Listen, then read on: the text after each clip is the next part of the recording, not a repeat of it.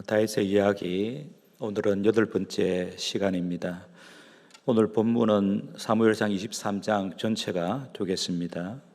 다윗과 광야라는 제목으로 말씀드리겠습니다. 오늘 본문은 다윗의 도피 생활 중에 그일라, 십광야, 마온광야, 엔게디, 요새로 이동한 이야기들을 다루고 있습니다. 다윗과 그의 사람들이 헤레수풀에 응거하고 있을 때에 블레셋 군사들이 그일라의 타작마당을 탈취했다는 소식을 다윗이 들었습니다. 오늘 본문 1절입니다. 그일라는 유다 지파에 속한 작은 성읍으로서 헤레수풀에서 북쪽으로 9km 정도 떨어진 곳으로 추정합니다. 약 2시간 걸리는 거리겠죠. 이 소식을 들은 다윗이 하나님께 물었습니다. 2절입니다. 기도했다는 뜻입니다. 내가 가서 이 블레셋 사람들을 치리이까? 이 블레셋 사람들이라고 한 것에서 다윗의 의분을 느낄 수 있습니다. 하나님께서 허락하신다면 일행들을 데리고 즉시 그일라로 진군하여 할례받지 않은 저 블레셋 군사들을 혼쭐 내겠습니다 라는 뜻입니다.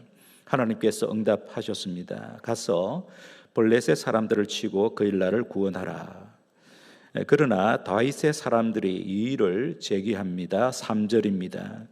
지금 우리가 사울 왕의 추격을 대비해야 할 급박한 상황에 처해 있는데 블레셋과 전쟁을 벌이는 것은 무모합니다 라는 뜻으로 말합니다.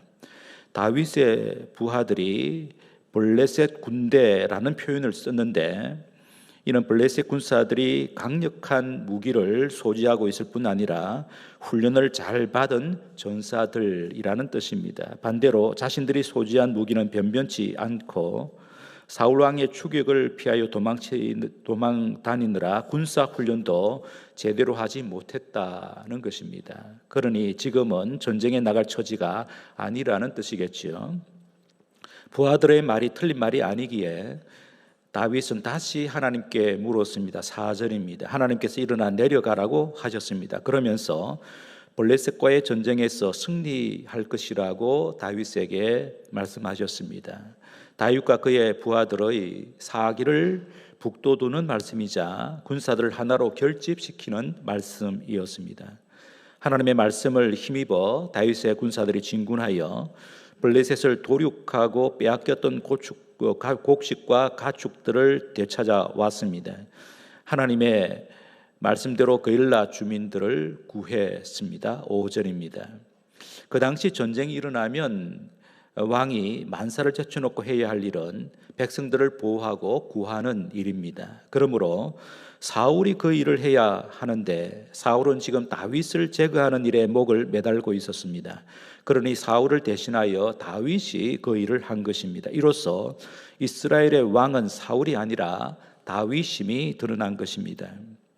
그런데 다윗이 지금 그일라에 있다는 것을 사울에게 알려준 사람이 있었습니다. 7절입니다. 이 밀고자는 그일라 주민이었을 것입니다. 이미 말씀드린 대로 그일라는 유다 지파에 속한 성읍입니다. 그러므로 그일라 주민은 다윗과 같은 지파 사람들이지요. 그런데도 다윗과 그의 부하들이 그일라에 있다고 사울 왕에게 밀고했습니다. 사울 왕의 보복이 두려웠기 때문일 것입니다. 얼마 전에 사울이 대제사장 아히멜렉이 다윗을 도와준 것을 꼬투리 잡아 노베 제사장들과 가족들까지 모조리 살육했던 끔찍한 사건을 떠올렸을 것입니다. 그일라에서 노브의 대학살과 같은 불상사가 일어나지 않으려면 일단 사울에게 다윗을 밀고 하는 것이 좋겠다라고 생각했을 것입니다. 그 밀고자의 소용이 괘씸하지만 이해는 할 수 있습니다. 우리도 급박한 사정이 생기면 자신의 안위를 먼저 챙기는 경우가 많기 때문이겠습니다. 다윗이 그일라에 있다는 보고를 받은 사울은 쾌제를 올립니다. 7절 하반절입니다. 노브의 대학살 사건이 이제 효력을 나타내고 있다고 생각했을 것입니다. 그리고 그일라의 작은 성에 주둔하고 있는 다윗과 그의 군사들이 도간에 갇힌 쥐꼬리 되었다고 생각했습니다. 그 성을 쉽게 포위할 수 있기에 이제 다윗을 생포하는 것은 시간 문제라고 생각한 것이지요. 그래서 사울이 군사들을 징집하여 출발합니다. 8절입니다. 그 당시 이스라엘의 수도는 기브아였습니다. 기브아에서 그일라까지의 거리는 약 35km입니다. 8시간은 좋게 걸립니다. 사울과 그의 군사들이 그일라로 내려오고 있다는 것을 다윗이 전해 들었습니다. 그 위급한 상황에서 다윗은 제사장 아비아달에게 에봇을 가져오라고 하지요. 9절입니다.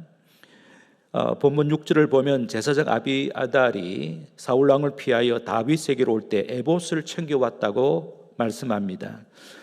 앞장 22장을 보면 아비아달이 다윗에게로 도망쳐간 곳이 헤렛 수풀이었는데 오늘의 본문 6절에서는 그일라인 것처럼 말합니다. 하지만 문맥을 고려하면 아비아달이 손에 에봇을 들고 다윗과 함께 그일라로 내려왔다고 해석할 수 있습니다. 지난번 설교에서 말씀드렸듯이 에봇에 판결 흉패라고 불리는 주머니가 부착되어 있는데 그 주머니 안에는 우림과 둠밈이 들어 있었습니다. 우림과 둠밈은 대제사장이 하나님의 뜻을 물을 때 사용하는 성물입니다. 지금 사울의 군사들이 진격해오는 큰 위기에서 다윗이 제사장 아비아달에게 에봇을 가져오라고 한 것은 판결 흉패 안에 있는 우림과 둠밈을 사용하여 하나님의 뜻을 알고자 한 것입니다. 다윗이 알기를 원한 것은 두 가지입니다. 하나는 사울이 그일라로 올 것인가 하는 것이고 다른 하나는 그일라 주민이 다윗을 사울에게 넘겨줄 것인가 하는 것입니다. 두 가지 모두 그렇다고 하나님께서 답하셨습니다. 10절에서 12절의 말씀입니다. 하나님의 말씀을 들은 다윗은 그의 사람들 600여 명을 데리고 그일라를 떠나서 이리저리 도망을 다녀야만 했습니다. 사울이 매일 다윗을 뒤쫓았기 때문입니다. 그래서 광야의 요새에 머물기도 하고 십광야의 산골에 머물기도 했습니다. 13절 14절입니다. 광야의 요새란 산과 들의 암석이나 수풀과 같은 자연적인 지형지물로 형성된 은신처를 뜻합니다. 십은 유다 지파에 속한 성읍으로 그일라에서 남동쪽으로 약 21km쯤 떨어진 곳으로 추정합니다. 광야 산골은 산악지대를 뜻합니다. 사울이 다윗을 잡으려고 온갖 노력을 다했지만 하나님께서 다윗을 사울의 손에 넘기지 않으셨다고 14절에 말씀합니다. 14절 중요한 말씀이죠. 14절, 23, 14절 우리 함께 읽도록 하겠습니다. 사무엘상 23장 14절 같이 읽습니다. 다윗이 광야의 요새에도 있었고 또 십광야 산골에도 머물렀으므로 사울이 매일 찾되 하나님이 그를 그의 손에 넘기지 아니하시느니라. 하나님께서 다윗을 안전하게 지켜 보호하셨다라는 말씀입니다. 다윗이 사울의 추격을 피하여 십광야로 도피했을 때에 요나단이 찾아와서 다윗을 크게 격려합니다. 다윗으로 하여금 광야 생활을 잘 견디도록 격려하기 위하여 하나님께서 요나단을 보내셨다고 이해해도 좋을 것입니다. 와서 말한 구절이 16절 17절입니다. 자, 16절 17절 요나단이 다윗에게 무슨 말을 했는지 한번 같이 읽도록 하겠습니다. 같이 읽겠습니다. 16절 17절입니다. 사울의 아들 요나단이 일어나 수풀에 들어가서 다윗에게 이르러 그에게 하나님을 힘있게 의지하게 하였는데 곧 요나단이 그에게 이르기를 두려워하지 말라. 내 아버지 사울의 손이 내게 미치지 못할 것이요 너는 이스라엘 왕이 되고 나는 내 다음이 될 것을 내 아버지 사울도 안다 하니라. 요나단은 아버지 사울의 손이 다윗에게 미치지 못할 것이라고 말합니다. 하나님께서 다윗을 지켜보호하실 것을 믿는다라는 뜻이죠. 또 요나단은 다윗이 하나님께 기름 부음을 받아 차기 왕으로 내정된 것을 자신은 물론 아버지 사울도 알고 계신다고 하면서 그렇게 결정하신 하나님의 뜻에 순복한다고 말합니다. 요나단이 다윗에게 말했던 요지는 때가 되면 하나님께서 다윗을 이스라엘의 왕으로 세우실 것이 분명하므로 그때까지 하나님을 굳게 의지하여 잘 견디라고 격려의 말을 한 것입니다. 요나단과 다윗은 하나님 앞에서 맺은 언약을 재확인하고 헤어집니다. 이것이 요나단과 다윗의 마지막 만남이었습니다. 다윗이 자신을 죽이려고 추적하는 사울을 원수로 여기지 않고 하나님께 기름 부음을 받은 왕으로 인정하여 끝까지 용서와 존경과 사랑을 사울에게 베풀었던 것은 친구 요나단과 맺은 사랑과 우정의 언약 때문이었습니다. 다윗은 요나단의 사랑과 우정을 가슴에 깊이 간직하고 광야에서의 도피 생활을 잘 견뎌냈습니다. 16절 하반절에서 말씀한 대로 다윗이 요나단의 큰 격려를 받아 하나님을 힘있게 의지했기 때문입니다. 다윗이 요나단과 헤어진 후에 다시 한번 큰 위기에 빠집니다. 유다 지파의 10사람들이 사울에게 다윗이 자기 지역에서 응거하고 있다고 밀고 했기 때문입니다. 10사람들도 그일라 주민들처럼 사울을 심히 두려워했습니다. 다윗이 자기 지역에 머물고 있는 것을 알고도 알려주지 않은 것이 발각되면 사울이 무슨 짓을 할지 모르기 때문입니다. 10에서 기브아까지의 거리는 꽤 멉니다. 약 40km입니다. 10시간이나 걸리는 거리를 마다하지 않고 10사람들이 사울에게 가서 다윗이 10광야의 하길라 산의 산수풀에 숨어 있다고 알려주면서 왕이 내려오기만 하면 다윗을 잡는 일에 자기들도 한 몫을 하겠다고 말합니다. 그렇게 하는 것이 신하의 의무라고까지 말합니다. 19절 20절의 말씀입니다. 사울은 10사람들의 충정을 칭찬하죠. 21절입니다. 그러면서 사울이 10사람들에게 4가지 동사를 사용하여 명령합니다. 22절입니다. 가라, 살피라, 알아보아라, 보고하라고 합니다. 살피라는 원어의 뜻은 기회를 포착하라는 뜻이죠. 알아보아라는 뜻은 다윗의 행선지와 다윗을 도와주는 내통자가 있는지 계속 탐문하라는 뜻입니다. 보고하라는 뜻은 다윗을 잡는 데 필요한 모든 정보를 입수하여 알려달라는 뜻입니다. 사울이 10사람들에게 그렇게 말한 이유는 다윗이 아주 교활하고 민첩하기에 주도 면밀하게 대처하지 않으면 다윗을 체포하거나 죽이는 것이 헛사가 될 것이기 때문입니다. 하지만 너희들이 앞장서 주기만 한다면 나는 반드시 다윗을 색출하여 처단하고야 말 것이라고 사울은 장담합니다. 23절입니다. 10사람들과 사울은 지금 헛사를 경영하고 있습니다. 아무리 계획을 철저하게 세운다 해도 하나님께서 허락하지 않으시면 그 계획은 수포로 돌아가고 말 것이기 때문입니다. 사울에게 다윗을 밀고 한 10사람들이 자기 마을로 돌아왔을 때에 다윗과 그의 사람들은 마온 광야 아라바에 있었습니다. 24절입니다. 마온 광야는 10광야에서 남쪽으로 약 10km 떨어진 곳입니다. 아라바는 평지, 들판, 사막 등으로 번역할 수 있는데 광활한 유다 광야의 사막지대를 가리킨다고 보면 되겠습니다. 다윗과 그의 사람들이 마온 광야 아라바에 있을 때에 사울과 그의 사람들이 거기로 내려오고 있다고 알려준 사람이 있었습니다. 25절 상반절에 나오고 있죠. 그러므로 10사람들 모두가 사울 편에 선 것은 아니었습니다. 그 말을 듣고 다윗은 그의 사람들을 데리고 바위를 타고 내려가 마온 황무지에 숨었습니다. 25절 하반절입니다. 마온 황무지로 사울과 그의 사람들이 내려오고 있을 때에 다윗과 그의 사람들은 다른 쪽 산 정상으로 재빨리 피했습니다. 사울과 그의 사람들이 산 정상으로 또다시 올라오면 사울과 그의 사람들은 산 저쪽으로 피했습니다. 26절입니다.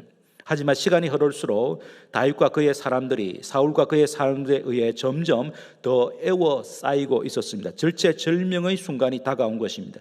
그런데 그때 전령이 와서 블레셋 사람들이 이스라엘 경내를 침공했다는 소식을 사울에게 전합니다. 27절입니다. 그 보고를 받은 사울은 하는 수 없이 돌아서야만 했습니다. 사울이 다윗 뒤쪽 길을 그치고 블레셋을 치러 갔으므로 그곳의 이름을 셀라 하마느곳이라고 칭했습니다. 28절인데 셀라는 바위라는 뜻이고 하마느곳은 분리라는 뜻입니다. 분리의 바위라는 뜻이죠. 하나님께서 다윗과 그의 사람들을 보호하시려고 블레셋 군사들을 침공하게 하심으로 사울과 다윗을 분리시키셨다라고 하는 겁니다. 사울의 추격은 중단되었지만 다윗과 그의 사람들은 엔게디 요새로 피합니다. 엔게디는 마온 항구지에서 동북방으로 약 17km 떨어진 곳으로 사해 서쪽에 위치해 있었는데 그 엔게디 광야에는 협곡과 벼랑과 바위들과 굴들이 산재해 있다고 합니다. 그래서 엔게디 광야는 다윗과 그의 사람들이 대피하기 아주 좋은 천혜의 요새였다고 할 수 있습니다. 오늘 우리는 다윗과 그의 사람들이 사울 왕의 추격을 피하여 제법 오랫동안 광야에서 생활한 것을 살펴보았습니다. 그것도 한 곳에 머물지 못하고 이내 다른 곳으로 이동해야만 했습니다. 다윗과 그의 사람들은 헤레스풀, 십광야, 마온 광야, 엔게디 광야를 전전했습니다. 하루하루의 삶이 아주 고달팠을 것이 분명합니다. 그러나 그 광야 생활이 다윗은 물론 다윗의 사람들에게 꼭 필요했던 연단의 시간이었다고 할 수 있습니다. 성경에서 광야하면 모세가 생각나지요. 모세의 120년의 생애를 40년씩 세 시기로 나눌 수 있습니다. 모세는 첫 40년을 애굽의 왕궁에서 공주의 양아들로 지냈습니다. 다음 40년간은 애굽에서 도피하여 미디안 광야에서 목자 생활을 했습니다. 마지막 40년간은 하나님의 일꾼으로 쓰임 받았습니다. 모세가 왕궁에서 지냈던 40년간의 경험만으로는 하나님의 일꾼이 될 수 없었기에 하나님께서는 모세로 하여금 40년간의 광야 생활을 거치게 하셨습니다. 그러므로 무의미하게 여겨졌던 40년간의 광야 생활은 모세에게 꼭 필요한 연단의 기간이었습니다. 40년의 광야 생활 동안 모세가 받은 훈련을 크게 두 가지로 요약하면 겸손 훈련과 목자 훈련입니다. 모세는 애굽에서 40년간 최고의 궁정 교육을 받았습니다. 40세가 되었을 때에 모세는 바로의 공주의 아들이라 칭함을 거절했습니다. 동족들을 구하려는 사명감에 불타올랐습니다. 그렇다고 해서 하나님께 쓰임을 받는 것은 아니지요. 하나님의 일꾼이 되려면 자기를 부인하는 과정이 반드시 필요합니다. 하나님께 쓰임받기에 정말 부족한 자요, 무능한 자임을 먼저 자각해야 합니다. 물론 청년의 기백과 용기가 있어야 합니다. 지식과 열정도 있어야 합니다. 그러나 그 모든 것을 겸손으로 동의지 않으면 그러한 자질들이 하나님 나라에 사용될 수 없습니다. 그러하기에 하나님께서는 모세를 40년의 세월 동안 광야에서 겸손을 배우게 하셨습니다. 모세는 미디안 광야에서 40년간 양을 쳤습니다. 그것도 자기 양이 아니라 장인의 양을 쳤습니다. 앞으로 하나님의 양무리를 인도할 목자로 서시기 위해 하나님은 모세를 양을 치는 목자가 되게 하신 것입니다. 목자직을 잘 수행하려면 사랑과 인내와 희생과 용기가 필요합니다. 양치기 생활로 인해 모세는 청년의 혈기와 조급한 성격을 다스려 갔을 것입니다. 양떼를 위해 온갖 수고와 희생을 감수하면서 자기도 모르게 온유와 사랑의 성품이 점점 더 몸에 배었을 것입니다. 물론 40년간 목자 생활을 할 때에는 하나님께서 자신을 훈련하고 계시는 것을 모세가 깨닫지는 못했을 것입니다. 그랬어도 하나님께서는 광야에서의 목자 훈련을 통하여 모세를 온유한 사람, 인내의 사람으로 만드셨습니다. 민수기 12장 3절입니다. 이 사람 모세는 온유함이 지면의 모든 사람보다 더하더라. 모세는 80년간 훈련받았고 그 후 40년간 하나님의 일꾼으로 쓰임 받았습니다. 모세가 이스라엘의 지도자로 일했던 40년 동안에도 계속 훈련받으면서 일했습니다. 그렇게 쓰임받았던 모세를 성경은 하나님의 큰 일꾼이었다고 평가하지요. 신명기 34장 10절에서 12절입니다. 그 후에는 이스라엘에 모세와 같은 선지자가 일어나지 못하였나니 모세는 여호와께서 대면하여 아시던 자요, 여호와께서 그를 애굽 땅에 보내사 바로와 그의 모든 신하와 그의 온 땅의 모든 이적과 기사와 모든 큰 권능과 위엄을 행하게 하심에 온 이스라엘의 목전에서 그것을 행한 자이더라. 다윗도 모세처럼 광야에서 고된 훈련을 받아 점점 더 하나님의 마음에 합한 왕이 되어 갔습니다. 그리고 오늘 우리가 확인했듯이 기회가 주어졌을 때 왕업도 훌륭하게 수행했습니다. 유다 지파에 속한 그일라 주민들은 연약했습니다. 블레셋의 침공에 속수무책이었습니다.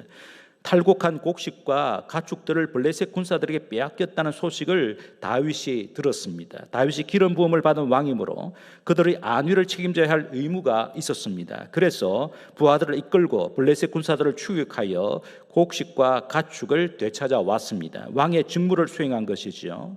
예수님께서 이 땅에 오셔서 자기 백성들을 돌보신 것처럼 다윗도 하나님께서 자기에게 맡기신 그일라 주민들을 돌보았습니다.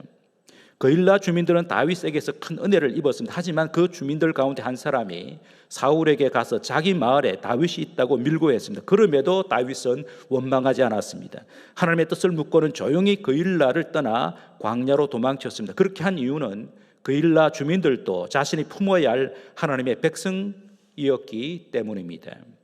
사도 바울이 로마 교회에 준 권면의 말씀입니다. 로마서 15장 1절 2절입니다. 믿음이 강한 우리는 마땅히 믿음이 약한 자의 약점을 담당하고 자기를 기쁘게 하지 아니할 것이라. 우리 각 사람이 이웃을 기쁘게 하되 선을 이루고 덕을 세우도록 할지니라. 로마서 15장 7절입니다. 그러므로 그리스도께서 우리를 받아 하나님께 영광을 돌리심 같이 너희도 서로 받으라. 이런 점에서 다윗이 예수님을 닮았다고 볼 수 있겠습니다. 다윗은 자기를 죽이려고 매일 추격하는 사울과 사울 편에 선 10사람들을 품었습니다. 사울이 하나님께 기름 부음을 받은 왕이었을 뿐만 아니라 그의 가족들을 끝까지 돌보겠다고 요나단과 언약을 맺었기 때문입니다. 다윗은 원수 같은 사울과 사울 편에 선 10사람들도 자신이 품어야 할 하나님의 백성으로 여겼습니다. 그래야 하나님께서 기뻐하시는 왕이며 온 백성의 존경과 신뢰를 받는 왕이라고 할 수 있겠습니다. 예수님께서도 자기를 팔려고 작정한 가룟 유다를 품으셨습니다. 제자들이 배반할 것을 알면서도 그들을 끝까지 사랑하셨습니다. 그러면서 자기처럼 원수들을 용서하고 축복하고 사랑하라고 제자들에게 당부하셨습니다. 다윗이 하나님의 마음에 합한 왕이 되려면 무엇보다도 하나님을 의지해야 했습니다. 하나님의 도우심이 없으면 결코 막중한 왕업을 수행할 수 없기 때문입니다. 오늘 우리가 살펴본 대로 그일라 주민들을 구원하기 위하여 블레셋 군사들을 치러 갈 때 먼저 하나님의 뜻을 물었습니다. 부하들이 이의를 제기했을 때에도 다시 하나님의 뜻을 물었습니다. 두 번 모두 하나님께서 즉시 응답하셨습니다. 그로서 다윗은 하나님께서 허락하신 전쟁은 반드시 승리하게 될 것을 믿었을 뿐만 아니라 부하들과 하나가 되는 것이 아주 중요함을 깨달았습니다. 그 후에 사울이 군사들을 데리고 그일라로 올 것인지, 그리고 그일라 주민들이 사울 편에 설 것인지 하나님께 또 물었습니다. 이번에도 하나님께서 즉시 응답하셨습니다. 그래서 안전하게 피할 수 있었습니다. 다윗은 그 이후에도 광야를 전전했지만 하나님의 보호하심과 인도하심을 생생하게 경험했습니다. 14절 우리가 아까 읽었지만 사울이 매일 다윗을 찾되 하나님께서 다윗을 사울의 손에 넘기지 아니하셨다라고 이 사무엘서 기자는 기록하고 있습니다. 하나님이 섬세하게 다윗을 보호해 주셨다라는 뜻입니다. 15절에서 18절까지 요나단이 다윗을 찾아와 격려했던 말씀을 우리가 보았습니다. 요나단은 다윗에게 하나님께서 너를 반드시 왕이 되게 하실 테니 하나님을 굳게 의지하여라 라고 격려의 말을 주었습니다.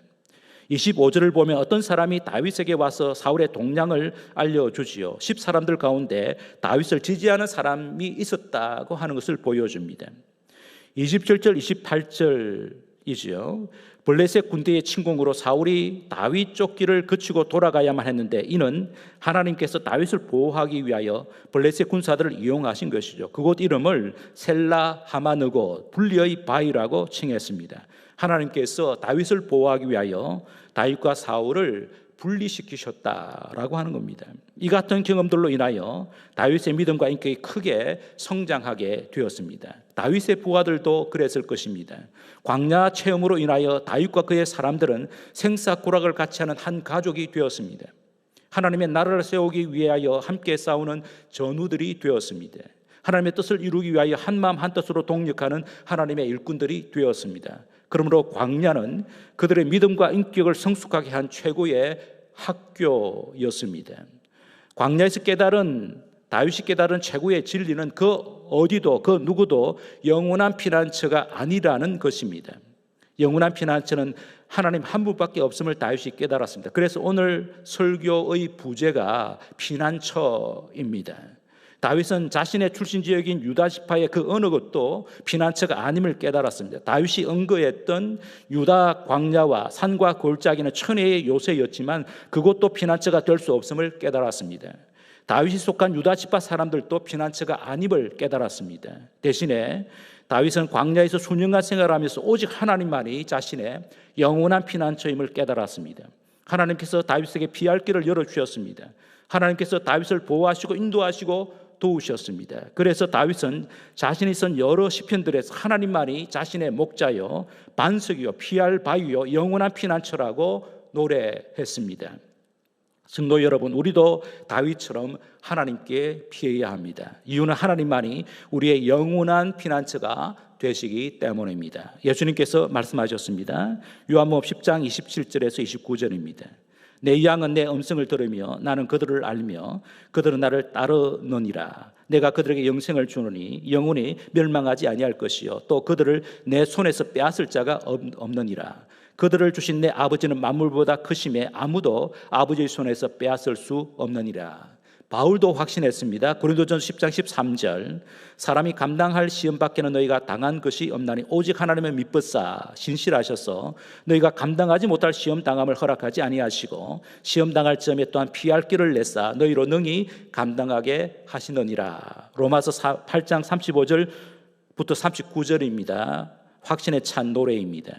누가 우리를 그리스도의 사랑에서 끊으리요 환난이나 곤고나 박해나 기근이나 적신이나 위험이나 칼이라. 기록된 바 우리가 종일 주를 위하여 죽임을 당하게 되며 도살당할 양같이 여김을 받았나이다 함과 같으니라. 그러나 이 모든 일에 우리를 사랑하시는 이로 말미암아 우리가 넉넉히 이기느니라. 내가 확신하노니 사망이나 생명이나 천사들이나 권세자들이나 현재일이나 장래일이나 능력이나 높음이나 깊음이나 다른 어떤 피조물이라도 우리를 우리 주 그리스도 예수 안에 있는 하나님의 사랑에서 끊을 수 없으리라. 그러면 어떻게 하는 것이 하나님께 피하는 것일까요? 하나님께 피하는 최고의 방편은 두 가지입니다. 기도와 말씀 순종입니다. 늘 들었던 말씀이죠. 다윗이 그랬습니다. 다윗은 기도했습니다. 하나님의 뜻을 반복하여 물었습니다. 그때마다 하나님께서 응답하셔서 다윗을 보호하시고 도우셨습니다. 하나님께서 당신의 뜻을 알려주셨을 때 다윗은 순종했습니다. 가라고 하면 가고 피하라고 하면 피하고 머물라고 하면 머물렀습니다. 다윗은 하나님의 보호하심과 인도하심과 도우심을 굳게 믿고 기도했으며 하나님의 말씀에 온전히 순종했습니다. 다윗의 주님이신 예수님께서도 하나님 아버지께 피하셨습니다. 매 순간 기도로 하나님 아버지께 나아갔습니다. 매 순간 하나님 아버지의 뜻에 순종하셨습니다. 십자가 위에서도 하나님 아버지께 기도하셨습니다. 하나님 아버지의 뜻을 온전히 순종하셔서 십자가에서 죽으셨습니다. 그래서 우리에게 살 길을 환히 열어주셨습니다. 지금도 하나님께서는 하나님의 보좌 우편에서 하나님 아버지의 뜻이 이루어지기를 기도하고 계십니다. 우리도 다윗처럼 예수님처럼 기도와 말씀 순종으로 하나님께 피해야 하겠습니다. 그러면 하나님의 마음에 합한 일꾼이 됩니다. 기도와 말씀 순종으로 하나님께 피하는 한 주간이 되기를 주님의 이름으로 축복합니다. 말씀을 생각하면서 먼저 감사의 기도를 드리겠습니다. 우리가 예수님을 구주와 주님으로 믿어 하나님의 자녀, 예수님의 제자, 성령의 사람이 되었습니다. 이러한 우리를 삼위 하나님께서 끝까지 지켜 보호해 주시겠다고 약속하셨습니다. 이 약속을 믿고 감사하면서 기도하시고, 두 번째는 결단하며 기도하겠습니다. 이 약속을 붙잡고 기도하겠습니다. 기도하며 하나님께 피하겠습니다. 그리고 하나님께서 무엇을 말씀하시든지 간에 말씀 순종하면서 하나님의 뜻을 순종하고 하나님께 피하겠습니다. 이렇게 감사와 결단의 기도를 함께 드리도록 하겠습니다.